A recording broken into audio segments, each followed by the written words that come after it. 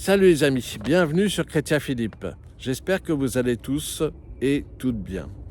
Comment se porte votre âme?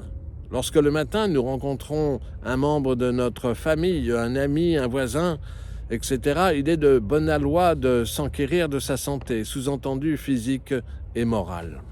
Très rarement, une personne nous demande « Comment va votre âme ?» Le Christ nous met en garde. À quoi sert un homme de gagner le monde entier s'il y perd son âme? Matthieu chapitre 16, verset 26. Quel est donc ce poison pour l'âme? Le péché. Le péché est une offense à l'égard de Dieu. Contre toi et toi seul j'ai péché, ce qui est mal à tes yeux, je l'ai fait. Psaume 54. Le péché a deux niveaux de gravité.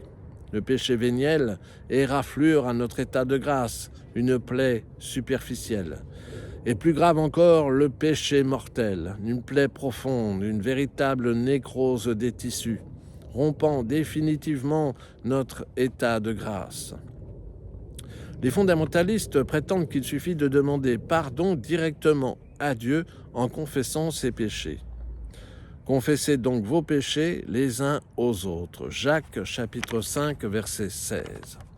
Dans ce texte, il est mentionné le terme « confesser », c'est reconnaître sa condition de pécheur.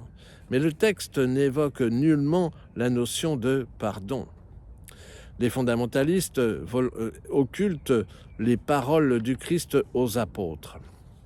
Recevez l'Esprit Saint, pardonnez les péchés, à ceux à qui vous les pardonnerez, ils seront pardonnés, ceux à qui vous les maintiendrez, ils leur seront maintenus.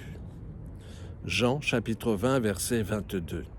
Pour éviter toute confusion d'ordre étymologique, l'Église utilise le terme sacrement de pénitence et de réconciliation.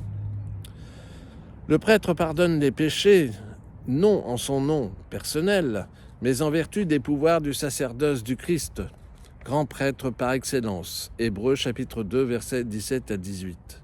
Le prêtre agit in persona Christi, c'est-à-dire que c'est le Christ qui pardonne au travers du prêtre. Pour que le sacrement de réconciliation et de pénitence trouve sa pleine dimension, il faut une réelle intention de repentance, de ne rien cacher volontairement, un esprit de pénitence et de réparation de l'offense.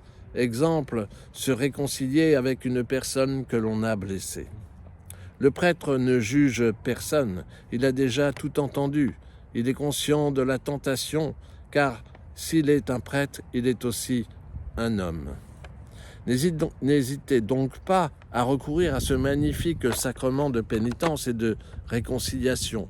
Le prêtre vous accueillera avec bienveillance, vous écoutera, vous conseillera. Il renouvellera en vous la paix de l'âme, lavée de toutes ses fautes. Alors n'hésitez plus.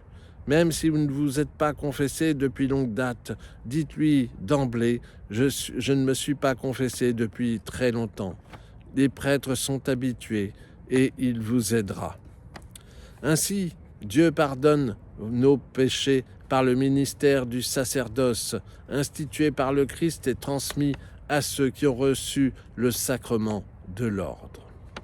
Voilà, j'espère que ces quelques instants passés en compagnie du sacrement de pénitence et de réconciliation vous ont été profitables.